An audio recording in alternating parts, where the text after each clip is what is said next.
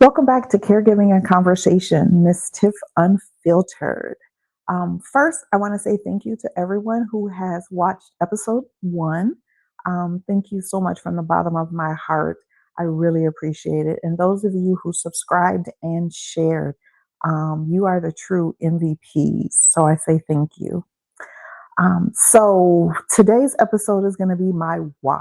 Why am I launching a podcast about caregiving? So many of you who have followed me from Facebook saw that I would tell my stories. I had a blog called Care Chronicles, where I would actually write out what I was going through at the moment as a caregiver. It was real life, real time, real feelings, and it resonated with a lot of you. But there were a lot of you also who wanted to project onto me. Some of the comments I would get were, um, you can do this. Today might be hard, but get some rest tonight and get up and do it tomorrow. Put the S on your chest and you're a strong Black woman. You could do this. And all of those things are true. All of them are true. But when you're in the midst of um, going through, and it's a bad day or something wasn't good with my mom in that particular day, appointments didn't go the way that they were, what you don't want to hear is someone projecting their feelings onto you. So in 2015, I was re-traumatizing myself with a blog. I was blogging and then people would throw their projection on me. And for my own self-preservation, I stopped. No warning, no nothing. Those of you who are still with me on Facebook, where I was telling my story, you'll see that I don't tell a lot of stories about my mom in writing. I post some positive things. Maybe when I go home to visit, I'll post a video, but I really don't talk about the caregiving with my mom because who wants to re-traumatize themselves? But today I'm not re-traumatizing myself. We'll get there. But in 2015, I was. Um, let's fast forward to 2017. Um, an associate of mine reached out and said, you should write a book about your experience in caregiving. And I was like, absolutely not. Then I was like, well, maybe I should. And when I started writing, um, it was bitter. It was a vent session. And I'm thinking, I wouldn't want to read this book. Who else would want to read this book? Again, re-traumatizing myself because I was not in a good place to actually write a book, to write a blog about caregiving.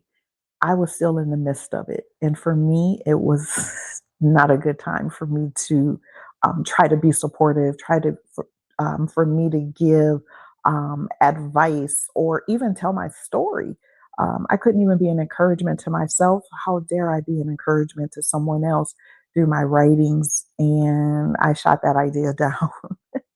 um, 2018 happened, and my brothers and I made the determination that we were going to move my mom back to Minneapolis.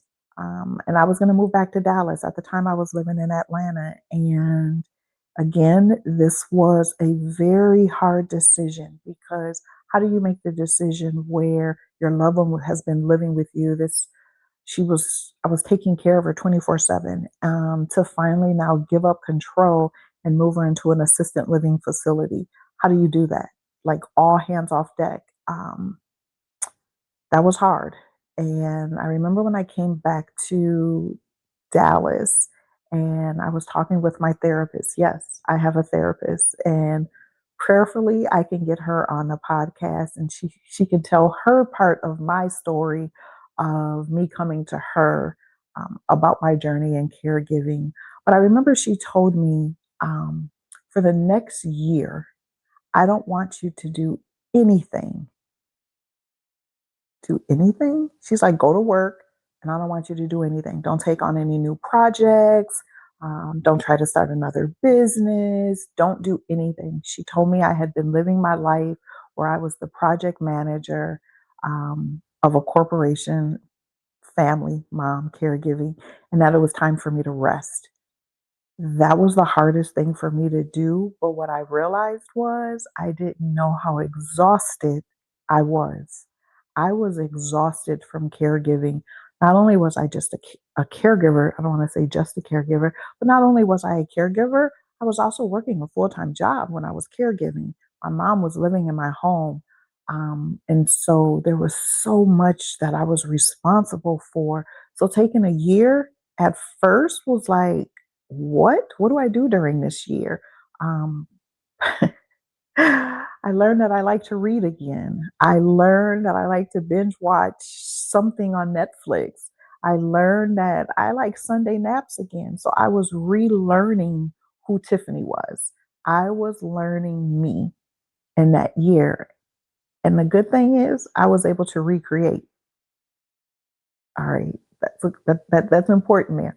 I was able to recreate um, who I was, who I wanted to be.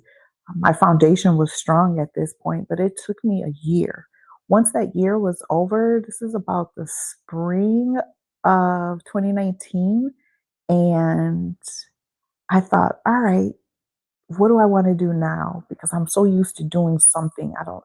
Something could be anything. I always have to do something.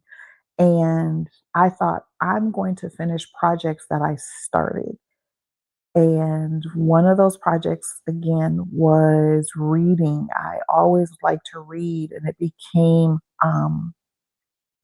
part of my life at that point. And then I was going to be a life coach, but who has time to life coach when I'm in the struggle of caregiving, the and trying to live my life. And now I was like, let's be certified. So I got certified as a life and wellness coach.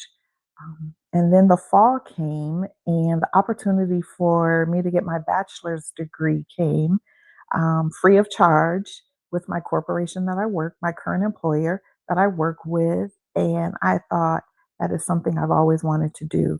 I've always had that voice in the back of my head that you can do it, you can get your degree. And now I had the opportunity. I was no longer caregiving.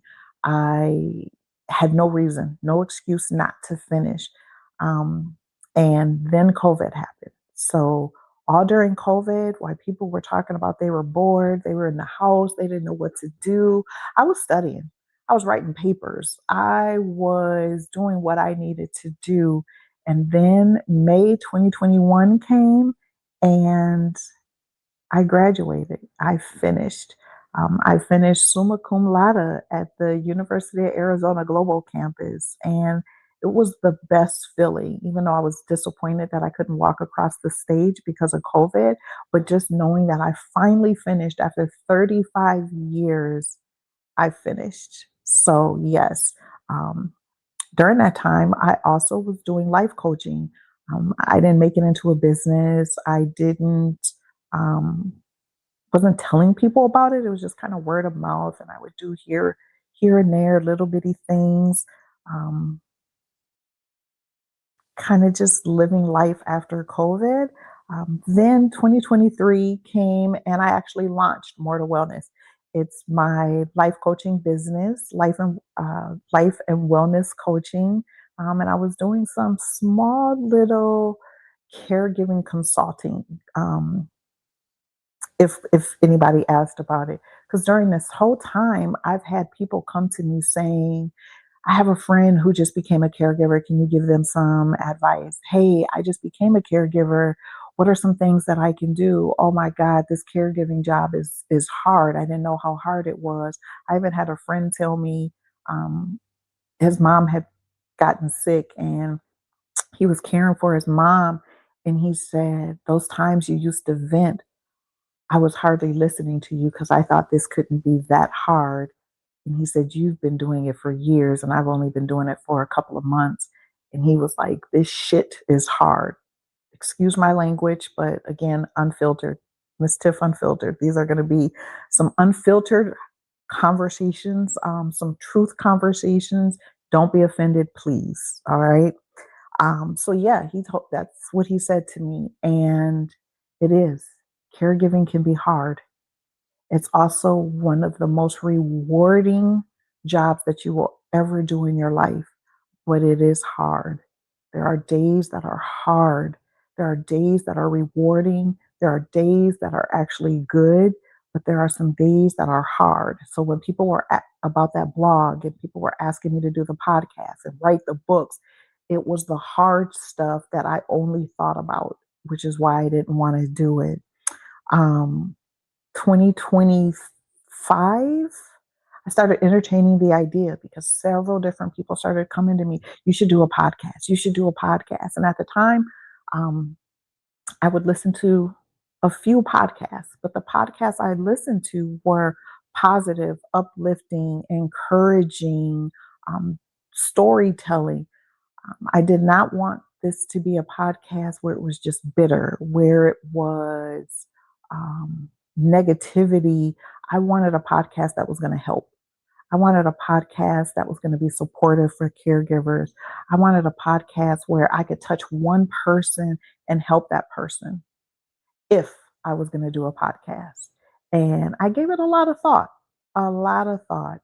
Beginning of this year, I was talking again to someone near and dear to me, and I was telling them, hey, this idea of podcasting keeps coming. I can put it underneath the brand of More to Wellness. It could just be, just another one of the services that I offer, but I didn't want to be associated with caregiving. I was a life coach.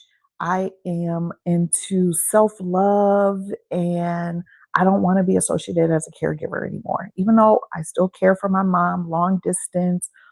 But I was trying to branch off and to do something different. And this person says to me, why don't you marry the two together?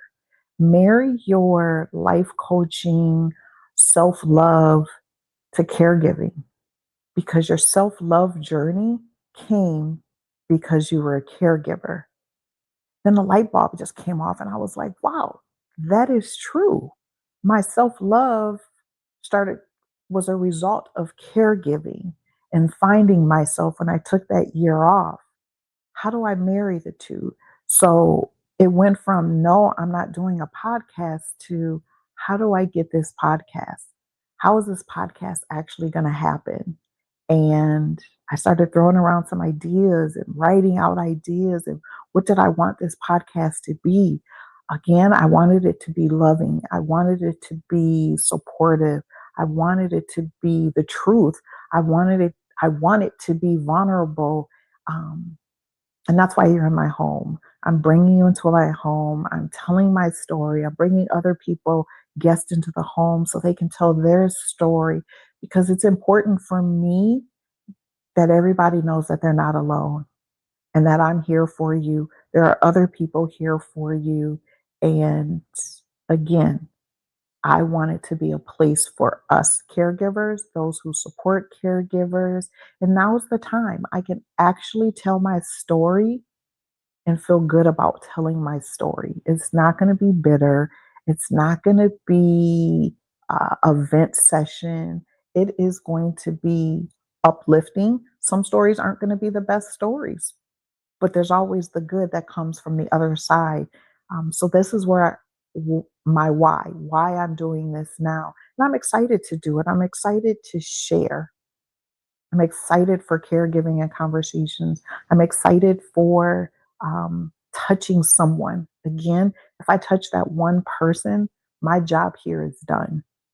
I'm just looking for the one, just the one person that sees this podcast and goes, oh my God, this is what I've been looking for. My job here is done at that moment. So again, that is my why. That's why I'm here. That's why Caregiving and Conversations has launched. It's because I want to encourage people that there is joy on the other side of caregiving. I'm proof of it.